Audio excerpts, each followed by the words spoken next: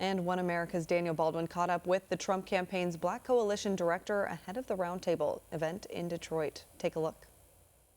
Standing here next to me, Janiyah Thomas, the Black Community Director for Outreach at the Trump campaign. Thank you so much for joining, Janiyah. Janiyah, this is a really historic event. Yes. When you think about this, a former president, possible future president of the United States, coming to Detroit, Michigan to engage in a roundtable where he's listening directly from voters here in the community about their concerns, about maybe how they feel they might be disenfranchised, disaffected, their vote being taken for granted of. What message is the 45th president trying to send with this event here today? I believe that the president is our best messenger, and he's sending a message of he's willing to show up and meet people where they're at. He's going to these blue cities that most Republicans traditionally don't go to, and he's willing to do things that most traditional Republicans don't do. And I think it shows a lot of respect, and it shows that he's willing to engage and wanting to know what the issues are that everybody's facing in these communities. And I think that it means a lot to black people, and I think that's one of the reasons why a lot of black voters are turning towards President Trump. Now, it's interesting talking to people who are in line waiting to come into the event today. The overwhelming message is that politicians don't tend to do this thing, like specifically favorites to win the presidency, the office of the presidency. But we're seeing that from President Trump. The South Bronx, where 25,000 people showed up. This event here. Next week, he's going to Philadelphia. What is the strategy? Why are you spending so much time going to these inner blue cities that, as you just mentioned, traditional Republicans don't tend to go to? I believe the strategy is we're going to places, like I said, that traditional Republicans don't go to. And I think that these are where heavily minority communities are.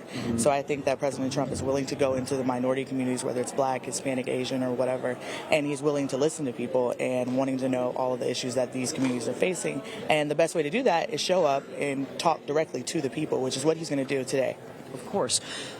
Poll after poll, Janiyah, we're seeing President Trump winning a historic level of the black vote. So much so it's the most support that a Republican presidential candidate could potentially receive since Dwight Eisenhower. It's over 50, 60 years ago. What about President Trump's message, his policy platform, his record from 4 years ago? What about that is drawing the black community to his side?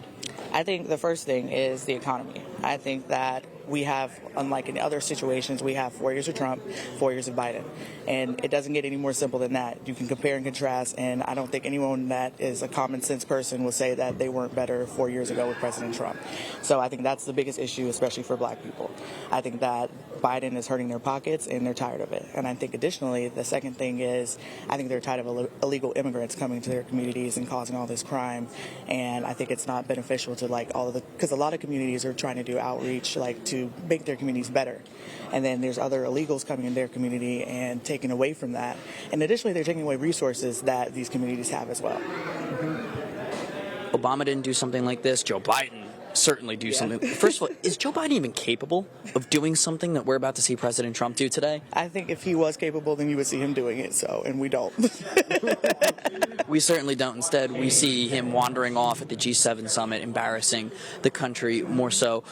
Do you believe that should President Trump be successful in winning a historic level of the black vote, could we see a political realignment, a groundwork for the Republican Party moving forward that President Trump is laying out how to speak to people who may not necessarily be traditional Republican voters? Yes, I think that the hope is that this effect will trickle down the ballot. And I think that it will make more black people want to engage with the Republican Party. It will make more black people want to listen to Republicans. And I think it will make more black people want to give Republicans the time of day, which traditionally they don't do.